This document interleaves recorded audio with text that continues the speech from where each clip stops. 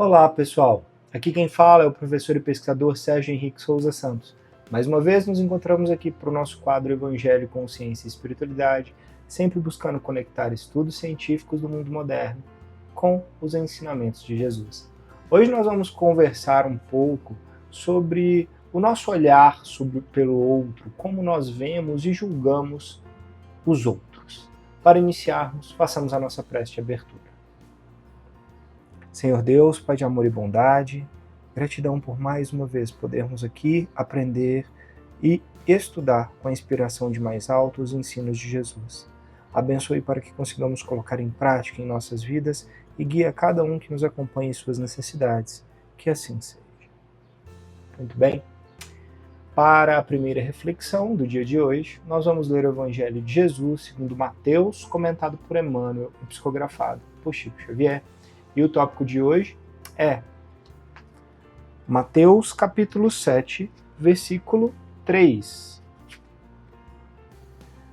Por que vês o cisco no olho do teu irmão e não percebes a viga no teu olho? Observemos amando. Habitualmente guardamos o veso de fixar as inibições alheias com absoluto esquecimento das nossas. Exageramos as prováveis fraquezas do próximo, pré-julgamos com rispidez e severidade o procedimento de nossos irmãos. A pergunta do mestre acorda-nos para a necessidade de nossa educação, de vez que, de modo geral, descobrimos nos outros somente aquilo que somos. A benefício de nossa edificação, recordemos a conduta do Cristo na apreciação de quantos lhe defrontavam a marcha.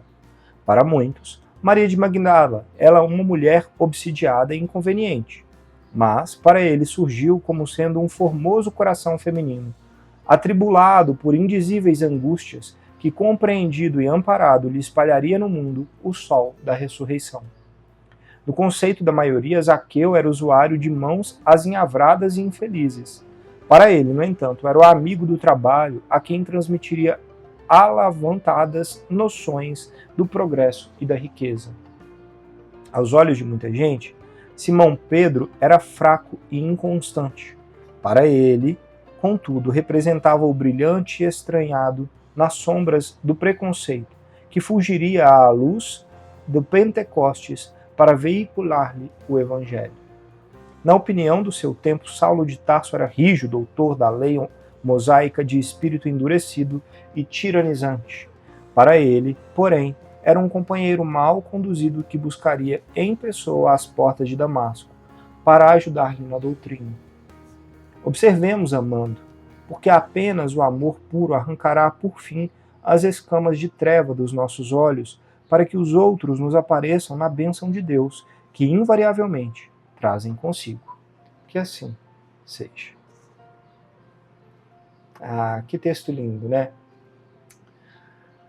Bem, esse texto nos faz refletir sobre muitas coisas. E a principal, no meu ver, é que o nosso olhar para julgar o outro costuma ser muito severo, porque nós muitas vezes desconhecemos todas as desculpas e justificativas que nós mesmos temos.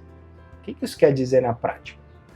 Se o outro comete um erro, um defeito, um deslize, tem um tipo de atitude que nós não gostamos, muitas vezes, como disse Emmanuel, nós também trazemos traços daquele defeito em nós. Então, o que desagrada no outro costuma ser coisas que nós possuímos também como característica em algum grau. A grande questão é que nós sabemos tudo o que se passa em nossa vida, nos nossos pensamentos, no nosso coração, nas nossas atitudes, e aí nós temos justificativas para nós mesmos de agir assim, assado, daquele jeito do outro.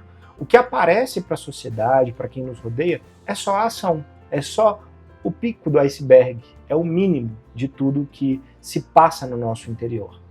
E as pessoas vão olhar e julgar esse pico, só isso que aparece. E assim também nós com relação aos outros.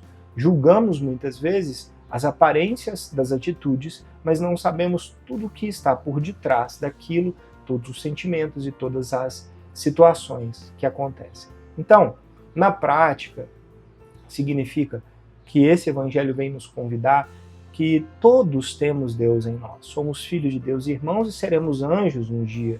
Depois de muito trabalho, muita evolução, nos evoluiremos, né, para a angelitude.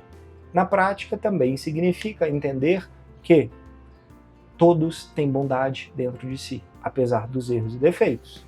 Se a gente consegue tratar com amor e ter o olhar de amor para ver o bom e o bem no outro, e não somente o erro, o equívoco que nos incomoda, a gente consegue perseverar, continuar e fazer bem ao outro e à sociedade. Então é esse treino que o Evangelho vem nos pedir para hoje, que o nosso olhar, o nosso julgamento não seja tão severo com relação aos outros, porque nós não temos condições de julgar, uma vez que nós também temos muitos defeitos e erros ainda por consertar. Não adianta ver o cisco no olho do outro, enquanto nós temos traves fincados no nosso próprio olho. Pecados e erros nós ainda cometemos também. Como nós vamos julgar alguém? Então, sejamos mais compreensivos e avaliemos com mais amor. E dentro desse contexto, nós temos o nosso querido livro, Roteiro de Luz, ditado por espíritos diversos, psicografado por Júlio Carvalho. E o tópico de hoje é: não suponhas o mal. É comum julgarmos o comportamento dos outros pelo nosso ponto de vista, que quase sempre é envolvida pelo clima de tristes concepções. E por este fato, a atitude dos outros sempre é definida por nós de forma errônea, desatando laços de amizade ou impedindo que se criem tais laços. Não suponhas somente o mal. Observa além das imperfeições e verás que há muito sentimento nobre por trás de quem parece habitar somente entre ruínas. Frank, que assim seja. Esse texto complementa lindamente o Evangelho. Ele vem nos falar que todas as pessoas têm Deus e bons sentimentos dentro de si. E se nós olhamos com olhar maldoso só para a queda, para a atitude, para o erro que o outro cometeu, nós deixamos de ver toda a beleza e os acertos que estão por detrás daquilo. É uma construção que nós mesmos temos em nós. Então, como nós podemos simplesmente condenar, julgar e ter esse olhar maldoso e já preconceituoso com o erro alheio, sendo que nós já cometemos diversos erros e pode ser que amanhã nós cometamos erros similares àqueles irmãos que estamos julgando. Então, que a gente comece a julgar menos, trabalhar mais com amor e fazer o bem.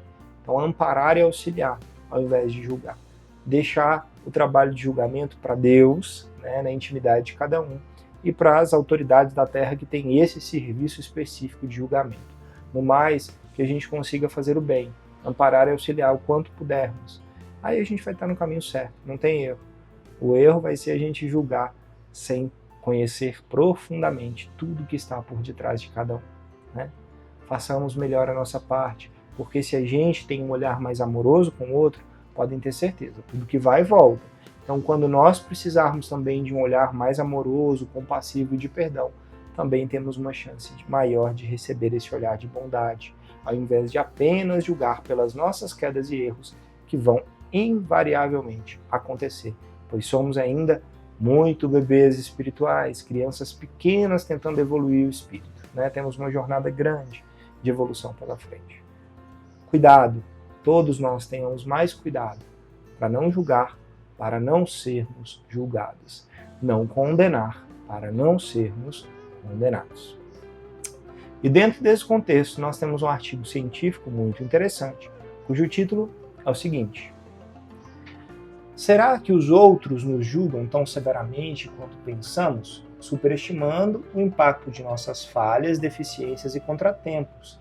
Esse artigo científico foi publicado no Journal ou na revista que tem como título Journal of Personality and Social Psychology, que quer dizer Revista da Personalidade e Psicologia Social, pelos autores Kenneth Savitsky, Nicholas Atley e Thomas Gilovich. Bem, o que esse artigo científico mostrou através de um estudo? ele vem trazer a visão do julgamento, só que de nós mesmos. Ou seja, nós julgamos severamente muitas vezes os outros, mas também muitas e muitas vezes julgamos muito severamente nossas próprias falhas, nos culpando excessivamente. E ele vem mostrar isso através de estudos científicos. O que ele mostra? Ele fez 4 estudos sobre como a pessoa se sentiria se ela cometesse erros e gafes sociais, ou exageradas, ou se ela tivesse a sua imagem queimada, né, publicamente, de diferentes formas, como ela acha que seria julgada e avaliada, né, como a sociedade a veria. E o que foi descoberto é que, invariavelmente, as pessoas consideram que vão ser condenadas e vão ser queimadas e crucificadas, entre aspas, muito mais severamente do que, de fato, aquela gafe ou erro público vai gerar de real impacto.